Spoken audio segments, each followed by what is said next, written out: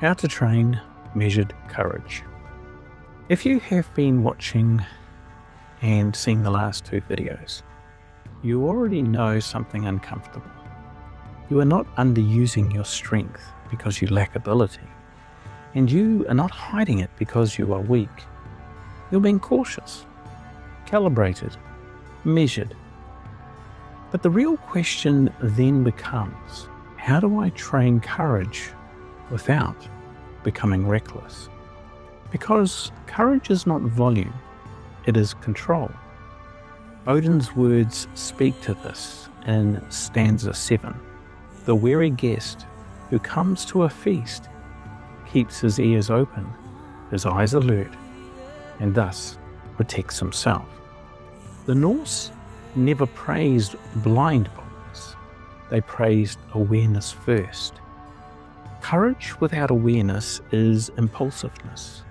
Awareness without courage becomes paralysis. Measured courage sits between the two.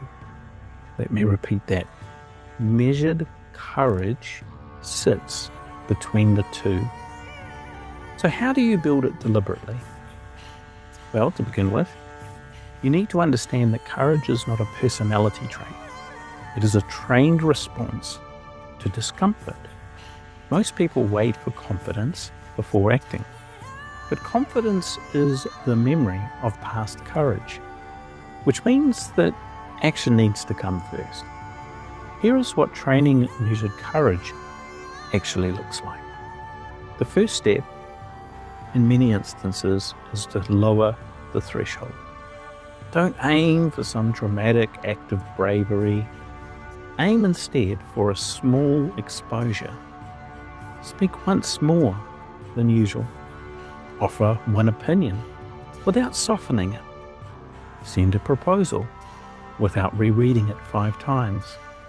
Small steps, small exposures help to train your nervous system that visibility is survivable. Next, distinguish activation from danger. When your heart rate begins to rise before speaking, your body is trying to tell you to retreat. But it is also telling you that something meaningful is happening. Activation is not threat. Most capable people mislabel activation as risk. The correct label and the behavior shifts. Step 3. Choose your arenas. Courage does not mean displaying it everywhere all of the time.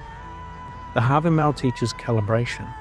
You decide where boldness is required, but you don't need to scatter it. Just pick one domain of your life where you feel you are underusing it, because underuse also has a cost. So pick a domain: career, creative output, conversations, roles in leadership, and just focus on that one domain to begin with. Then train. Train one little step in that one domain. Fourthly, learn to recover properly. After you act, do not replay the moment for its flaws and how you might have got things wrong. Just let it be. And then learn to reinforce the action itself. That is what you are looking for. The act of confidence, act of bravery. Reward yourself. Let yourself know, I did it. I did this thing. And in that way, you are building that muscle, that confidence muscle. Sure, it's not going to be perfect, but nothing ever is. The first time you went to the gym, if you go to the gym and you lifted those weights compared to what you're lifting now, it's all about progress and the process, not perfection. Next comes the expression. And here is the deeper reframe. Courage is not the opposite of fear. It is the disciplined movement through it. The Norse ideal was not loud warriors charging blindly. It was balanced individuals who knew when to listen and when to strike. It was silent. It was thoughtful. It was bold in strike. It was measured courage, which ultimately means you do not boast, but you do not bury. You do not dominate, but you do not diminish. You expand your visible range gradually, those small steps we talked about, and you hold it there, and over time you will find that something shifts. The thing that once felt dangerous becomes normal. The thing that once required effort becomes identity, and that is when strength stops feeling heavy.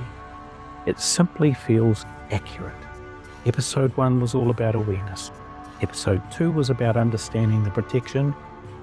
And here is the training, because underused strength creates frustration. Hidden strength creates contraction, but trained courage creates alignment.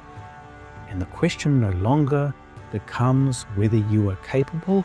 The question is whether you are willing to practice being seen. And that is a practice.